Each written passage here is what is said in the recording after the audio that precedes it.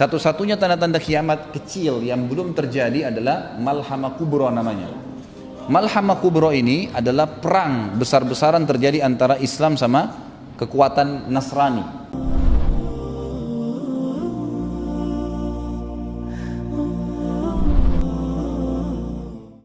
Di antaranya sabda Nabi SAW, tidak akan terjadi hari kiamat, tanda-tanda kecilnya adalah sampai aku diutus menjadi Nabi. Sudah diutus menjadi Nabi SAW. Meninggalnya aku. Nabi SAW sudah meninggal 1400 tahun lebih yang lalu, Bapak Ibu sekalian. Itu tanda-tanda hari kiamat juga. Kemudian kata Nabi SAW juga tersebarnya penyakit taun, yang banyak diantara kaum muslimin terbunuh. Ini sudah terjadi zaman Umar bin Khattab radhiyallahu anhu. Tersebarnya fitnah diantara kaum muslimin, dan itu juga dengan meninggalnya Umar bin Khattab. Kemudian terbebaskannya negeri Furs, Persia, dari kekufuran mereka dan mereka masuk Islam. Ini juga terjadi zamannya Uthman bin Affan, zamannya Umar bin Khattab. Lalu kalian akan mendapatkan Masjid Aqsa, dan itu zaman Umar bin Khattab juga sudah terjadi. Jadi tanda-tanda kiamat kecil sudah berentetan, sudah terjadi semua ini. Dan yang sekarang kalau kita mau deret semua itu banyak sekali. Tapi yang sekarang yang sedang kita alami ini adalah tanda-tanda kiamat kecil yang terakhir. Tanda-tanda kiamat kecil terakhir ini banyak diantaranya minuman khamar, tadi saya bilang dianggap sebagai minuman yang biasa. Banyaknya laki-laki yang menyerupai perempuan, perempuan menyerupai laki-laki. Banyaknya tersebarnya tempat perzinahan. Negara mana sekarang yang tidak ada perzinahan kelihatan? Allahu alam, kecuali Saudi mungkin yang tidak ada terang-terangan. Kalau sekarang lebih banyak negara Islam, Indonesia negara Islam, lampunya terang, tempat diskotik, bar, maksiat, tempat perzinahan, umum perzinahan, cuma dinamakan tempat hiburan. Di dalamnya ada perempuan penghibur, udah tempat perzinahan, cuma dinamakan dengan nama lain. Saya kemarin umroh, ini bimbing umroh, saya masuk ke Turki. Saya pikir Turki itu mungkin seperti menamakan nama Islam, membawa nama Islam karena dulu khilafah Islamiyah. Sampai saya mengunjungi istana-istana para sultan yang dulu memimpin khilafah Utsmaniyah, sedih melihatnya. Subhanallah, hampir di setiap pinggir jalan jarang kita temukan perempuan yang berjilbab. Jarang sekali. Sampai saya tanya pembimbing turnya, laki-laki, saya bilang, ini sudah jadi kebiasaan orang-orang Turki. Apa ini semua muslim? Dia bilang ini semua muslim. 95% muslim, sama dengan kita. Orang Indonesia banyak sekali muslimnya, tapi nggak ada simbol Islam. Tidak ada simbol Islam di situ. Ini bukan tanda-tanda hari kiamat. Tanda-tanda kiamat kecil juga adalah terbukanya aurat. Sampai-sampai kalian sudah sampai-sampai orang yang menutup aurat itu dianggap asing, dan orang-orang yang membuka aurat dianggap prestasi. Sekarang sudah terjadi itu.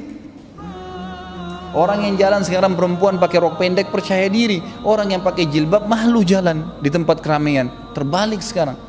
Makanya sabda Nabi SAW, Islam itu bermula asing dan akan kembali asing nanti, tanda-tanda hari kiamat. Maka beruntunglah orang-orang yang dianggap asing pada saat itu. Banyak tanda-tanda hari kiamat. Satu-satunya tanda-tanda kiamat kecil yang belum terjadi adalah Malhamah Kubro namanya.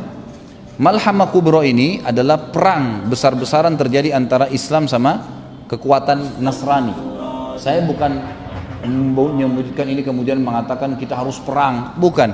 Ini memang hadis Nabi yang menyampaikan masalah itu. Nabi SAW menjelaskan akan terjadi nanti tahaluf itu kesepakatan antara kalian dengan Bani Ahmar. Bani Ahmar itu orang turunan orang-orang non muslim, diistilahkan dengan Bani Ahmar di zaman Nabi SAW.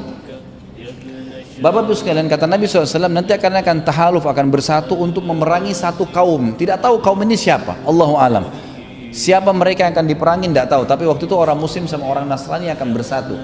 Kemudian setelah menang melawan yang sedang menjadi target itu, dia dikeroyokin kelompok itu, tidak tahu kelompok itu siapa, Allahu alam. Kemudian nanti kalian akan menang, lalu pulanglah masing-masing prajurit-prajurit ini ke tempatnya, sampai ada prajurit muslim dan Nasrani dari negeri Syam. Jadi negeri Syam itu sekarang Syria, Lebanon, Palestina dan Yordania. Jadi dulu negeri Syam namanya. Lalu kemudian orang-orang prajurit-prajurit Nasrani mengangkat bendera salib sambil mengatakan, kamilah yang memenangkan peperangan, ini kemenangan Kristen. Maka kata Nabi SAW, prajurit-prajurit muslim tidak bisa terima dan mengatakan, kami juga memenangkan peperangan, kami tidak bersama kalian. Intinya adalah cekcok di antara mereka dan akhirnya terjadi perang kecil. Dan kata Nabi SAW, kelompok itu muslim yang sedang membela pada saat itu yang sedang terjadi perang kecil, Allah akan karuniahi mereka mati syahid. Semua mati syahid pada hari itu terbunuh, gitu kan? Tapi tidak disebutkan jumlahnya. Lalu ada sisa pasukan keesokan harinya di negeri Syam yang sepakat untuk membela saudara-saudara yang telah dibunuh kemarin. Mereka berperang lagi hari kedua, lalu kemudian seluruhnya juga Allah karuniahi dengan mati syahid. Hari ketiga sama, terjadi lagi, mereka bersatu niat untuk membela kaum muslimin, ternyata mereka terbunuh juga, semua dihormati, diberikan oleh Allah mati syahid. Kenapa saya katakan dihormatin Bapak Ibu sekalian? Karena memang mati syahid itu hanya akan diberikan oleh Allah kepada orang yang paling tulus untuk meminta mati syahid. Sampai ulama sepakat mengatakan kalau ada kaum muslimin yang pergi berperang di jalan Allah, kalau dia masuk memang dia ingin berperang, pastikan dia tidak akan mati kecuali dia sangat tulus. Jadi nggak bisa. Orang mati syahid itu orang betul-betul merindukan syahadah baru bisa. Ada teman saya, dia cerita, teman dekat saya dulu, sama-sama saya waktu itu saya ketemu di kota Makassar. Dia juga seorang dai, saya tidak usah sebutkan namanya. Tapi pada tahun 1990 dulu lagi ribut antara kaum muslimin dan fatwa ulama tentang jihad di jalan Allah melawan Uni Soviet. Maka beliau sempat ikut dari Indonesia berangkat ke sana. Lalu kemudian pada saat itu dia cerita sama saya, waktu saya cerita masalah fadilahnya orang yang mati syahid, bagaimana dia bisa memberikan syafaat 70 keluarganya masuk surga tanpa hisab, dikubur dengan pakaiannya, dia akan tidak ada lagi pertanyaan mungkar dan nakir di kuburan, semua dosanya diampuni kecuali utangnya, dia akan dibangkitkan dalam kondisi seperti itu, ya, kondisi dia waktu dia meninggal dunia dan darahnya keluar menetes mengeluarkan bau lebih wangi dari bau kasturi. Kemudian dia masuk surga tanpa hisab dengan tingkat tertinggi di surga dan beragam macam fasilitas, gitu kan? Maka saya bilang itu fadilah luar biasa. Dia bilang subhanallah. Terus saya bilang orang yang masuk medan perang, setahu saya ulama bilang tidak sembarangan mati syahid. Dia bilang sama saya tiba-tiba, saya alamin itu. Dia bilang akhi, dia bilang saya alamin. Saya bilang gimana antum alamin? Dia bilang saya pernah ikut waktu itu. Sebagaimana antum tahu pernah saya ikut di perang di jihad itu. Kemudian saya pernah jalan di sebuah tempat. Kami menghindari peluru orang-orang Rusia yang banyak sekali. Di depan saya ada orang Filipina, Muslim, ikut berperang. Saya orang Indonesia tengah-tengah. Di belakang kami ada satu orang Pakistan. 3 orang ini lagi jalan, gerunduk-gerunduk. Dia bilang subhanallah ada peluru lagi lewat di bawah ketiaknya teman saya orang Filipina ini, lewat di bawah ketiak saya, dan peluru itu membunuh saudara kami yang di belakang yang orang Pakistan. Seakan-akan peluru itu mencari siapa yang harus mati syahid. Jadi tidak semuanya orang bisa mati, itu nggak gampang, gitu kan? Maka ini termasuk sebuah karunia. Orang kalau bisa mati syahid tentunya, ini punya fadilah tersendiri, Saya tidak tahu kenapa saya bisa sampai ke masalah syahadah ini. Ada yang bisa ingatkan? Oh iya, masalah malhamah kubro ya, peperangan itu. Baik, jadi 3 golongan itu akan diberikan karunia syahadah. Hari keempat jemaah sekalian, kata Nabi SAW akan bergabung seluruh pasukan muslimin dari seluruh pelosok dunia. Maka berkumpullah kalian semua di negeri Syam. Ini tanda-tanda kiamat kecil terakhir nih. Kalian semua akan berkumpul di negeri Syam dan akan berkumpul menghadapi kalian 80 bendera dari kekuatan Nasrani. Sebagian ulama hadis mengatakan 80 negara. Dan sekarang orang-orang Nasrani mengetahui kalau yang fanatik dengan agamanya, dia tahu akan ada nanti perang salib besar. Mereka bahasanya begitu. Kalau kita orang Islam sudah punya gambaran itu, sudah punya gambaran tentang akan terjadi itu tanda kiamat kecil terakhir nanti. Nah, hari keempat terjadi peperangan besar-besaran seluruh dunia. Kemudian terjadi peperangan, tidak disebutkan berapa lama, tapi Nabi SAW mengatakan kalian akan terus memenangkan peperangan sampai kalian tiba di Rum. Rum ini nggak tahu apa, Allahu a'lam. Rum ini bisa berarti Romawi, mungkin Vatikan sekarang, Allahu a'lam. Tapi yang jelas ada sabda Nabi SAW yang lain, kalian akan membebaskan 2 kekuatan besar Nasrani dan akan ke Islam, akan masuk ke dalam agama Islam.